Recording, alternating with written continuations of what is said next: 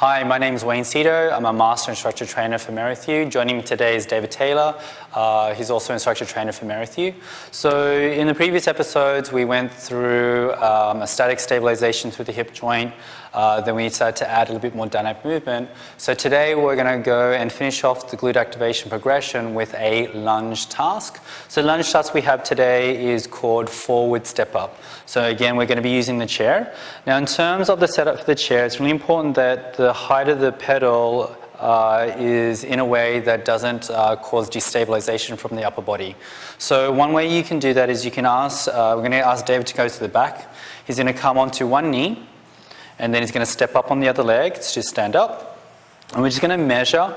Typically, you're going to see for most individuals where the knuckles meet the handles is where the height of the handles works best for most people. But it's a good starting reference, and then from there, as they do the task, you can either go higher or lower, depending upon what you see happening in the upper body. Okay? So for David, we're going to mark him here, which is position number 5, marked on the handles there. Okay, so just going to come down, David. Okay, he's going to come over, and then what we're going to do is we're going to put the pedal down. Dave's going to put both hands on, and we want him to step so that his feet are going to be hip distance apart, and he's just going to be on the balls of the feet. And then I'm going to ask David to bring one leg, advance it forward, and notice that David brings the leg straight forward so that you're still maintaining the alignment of the feet in line with the sits bones, okay? So here we're going to be in a neutral pelvis spine, and what we want to do is we want to promote a bit of a weight shift through the front back body, so we're weight shifting that lunge, okay? So from here we're just going to breathe in, we're going to dorsiflex the back foot, feel the weight shift go back. On the exhale, he's going to plantar flex the back foot, that will create a weight shift, and his body weight will lean forward while maintaining a neutral pelvis. He's going to come up and be balanced at the top, and then he's going to breathe out and he's going to come back down. Okay. Now, as David performs this, we're going to pay attention to the pelvis, maintain its alignment, and he's going to weight shift forward, and he's going to come back, lean forward. Now, we want the weight shift to lean forward so that the torso follows the line of the back thigh. Okay, that's the amount of leaning forward we want, and we're going to come back to return. Okay. What you may often see here is that they'll go into excessive weight shift, okay, in order to bring all their body weight through the quad rather than distributing it evenly through the hip, knee, and the foot, okay? And then we come back. So we always like to use the marker of the spine following the alignment of the femur, okay? So a couple of things I want to sort of highlight from the back view. So we're just going to flip the chair, okay, so you can see it easily from the back view. Okay, so again, same thing. We're just going to get David to come up. So one of the themes that you've been paying attention to in the previous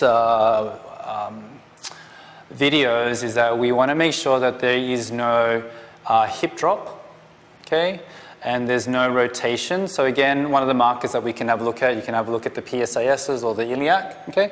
We're going to have a look at the PSIS here, okay? So you want to make sure that when David inhales to come back, okay, and we exhale to the weight shift, okay, these stay level throughout. So you can see he's dropping this hip, so this hip needs to work a little bit harder. And then as we come up, he's going to balance on his left leg, okay? So again, we want to see, does he maintain the pelvis integrity, or does he lose the integrity through his stance leg or the forward leg? Okay, and then we're going to do the same thing on the way back. Okay? The other thing that you want to pay attention to, which you want to have a look from the front view, so we're going to just flip again.